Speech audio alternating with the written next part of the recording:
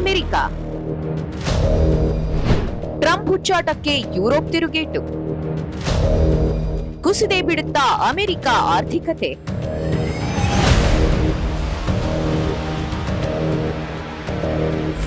America ಅಧ್ಯಕ್ಷ Donald ಟ್ರಂಪ್ನ ದುರಾಸೆ ಮಿತಿ ಮೀರ್ತಾ ಇದೆ. ಆ ಹುಚ್ಚಾಟ ಅಮೆರಿಕಕ್ಕೆ ಮುಳುವಾಗೋ ಲಕ್ಷಣ ಕಾಣ್ತಾ ಇದೆ. ಯಾವಾಗ ಟ್ರಂಪ್ ಯುರೋಪ್ ವಿರುದ್ಧವೇ ತೆರಿಗೆ ಬೆದರಿಕೆ ಹಾಕಿದ್ರೋ ಅಲ್ಲಿಂದ ಅಮೆರಿಕದ ಆರ್ಥಿಕತೆಗೆ ಭಾರಿ ಹೊಡೆತ ಬೀಳೋ ಆತಂಕ ಶುರುವಾಗಿದೆ. ಟ್ರಂಪ್ ನೀಡಿದ ಇತ್ತೀಚಿನ ತೆರಿಗೆ ಬೆದರಿಕೆಗೆ ಗ್ಲೋಬಲ್ ಮಾರುಕಟ್ಟೆ ಥರಥರ. ಅಮೆರಿಕದ ಗ್ಲೋಬಲ್ ಷೇರುಗಳಲ್ಲಿ ಭಾರೀ ಕುಸಿತ. ಮೌಲ್ಯ ಕಳೆದುಕೊಳ್ಳುವ ಆತಂಕದಲ್ಲಿ ಅಮೆರಿಕದ ಡಾಲರ್. ಜಾಗತಿಕ ಮಾರ್ಕೆಟ್ನಲ್ಲಿ ಚಿನ್ನದ ಬೆಲೆ ಗಗನಕ್ಕೆ. ಅಮೆರಿಕದ 8 ಟ್ರಿಲಿಯನ್ ಹಣ ಕೈಜಾರುವ ಭೀತಿ. ಯುರೋಪ್ ವಿರುದ್ಧ ಸಮರವನ್ನು ಮುಂದುವರಿಸುತ್ತಾರಾ ಟ್ರಂಪ್? ಈ ವಾರ ಜಾಗತಿಕ ಬಂಡವಾಳ ಹೂಡಿಕೆದಾರರಿಗೆ ಭಾರೀ ಕಷ್ಟದ ಸಮಯ. ಯಾಕಂದ್ರೆ ಅಮೆರಿಕದ ಅಧ್ಯಕ್ಷ ಡೊನಾಲ್ಡ್ ಟ್ರಂಪ್ ಜಗತ್ತಿನ ಅತಿ ದೊಡ್ಡ ಮಾರುಕಟ್ಟೆಯಾದ ಯುರೋಪ್ ದೇಶಗಳನ್ನೇ ಟಾರ್ಗೆಟ್ ಮಾಡಿಬಿಟ್ಟಿದ್ದಾರೆ. ಗ್ರೀನ್ಲ್ಯಾಂಡ್ ವಶಪಡಿಸಿಕೊಳ್ಳೋ ತನ್ನ ಪ್ರಯತ್ನಕ್ಕೆ ವಿರೋಧಿಸಿದ್ರೆ 8 ಯುರೋಪ್ ದೇಶಗಳ ಮೇಲೂ ಹೆಚ್ಚುವರಿ %10 ತೆರಿಗೆ ವಿಧಿಸೋದಾಗಿ ಅವರು ಗುಡುಗಿಬಿಟ್ಟಿದ್ದಾರೆ.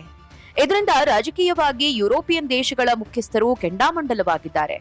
ರಾಜಕೀಯಕ್ಕಿಂತಲೂ ಹೆಚ್ಚಾಗಿ ಆರ್ಥಿಕ ವಲಯದಲ್ಲಿ ಕೋಲಾಹಲ ಶುರುವಾಗ್ಬಿಟ್ಟಿದೆ. ಯುರೋಪ್ ಅನ್ನೋದು ಕೇವಲ ಮಾರುಕಟ್ಟೆ ಮಾತ್ರವಲ್ಲ, ಅದೊಂದು ಗ್ಲೋಬಲ್ ವಾಣಿಜ್ಯ ಸಮುಚ್ಚಯ. ಹಾಗಾಗಿ ಯುರೋಪ್ನಲ್ಲಿ ಆರ್ಥಿಕತೆ ಅಲ್ಲಾಡಿದ್ರೆ ಅದು ಇಡೀ ಜಾಗತಿಕ ಆರ್ಥಿಕತೆಯ ಮೇಲೆ ಪರಿಣಾಮ ಬೀರುತ್ತೆ. ಸಹಜವಾಗಿ ಅದು ಅಮೆರಿಕದ ಆರ್ಥಿಕತೆಗೆ ಹೆಚ್ಚು ಪೆಟ್ಟು ಕೊಡುತ್ತೆ. ಭಾರತವೂ ಸೇರಿದಂತೆ ವಿಶ್ವದ ಬಹುತೇಕ ಷೇರು ಮಾರುಕಟ್ಟೆಗಳಲ್ಲಿ ಕುಸಿತ ಆರಂಭವಾಗಿದೆ.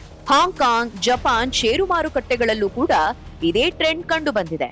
ಇದಕ್ಕೆ ಕಾರಣವಾಗಿರುವುದು ಯುರೋಪಿಯನ್ ಷೇರು ಮಾರುಕಟ್ಟೆ.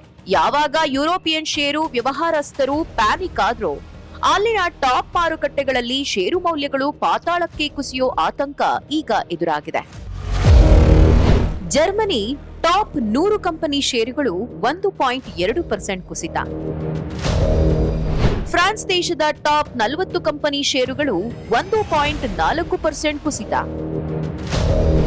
ಬ್ರಿಟನ್ನಿನ ಟಾಪ್ 100 ಕಂಪನಿ ಷೇರುಗಳು 0.4% ಕುಸಿತ.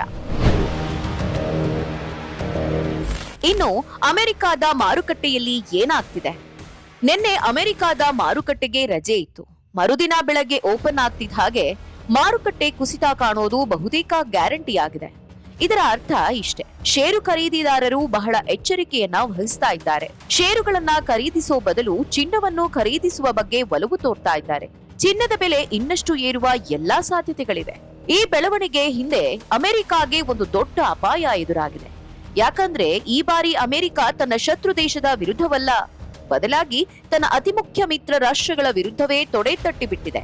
ಯುರೋಪ್ ಒಕ್ಕೂಟ ಅಮೆರಿಕದ ಅತಿ ದೊಡ್ಡ ಬಂಡವಾಳ ಹೂಡಿಕೆ ಒಕ್ಕೂಟವಾಗಿದೆ.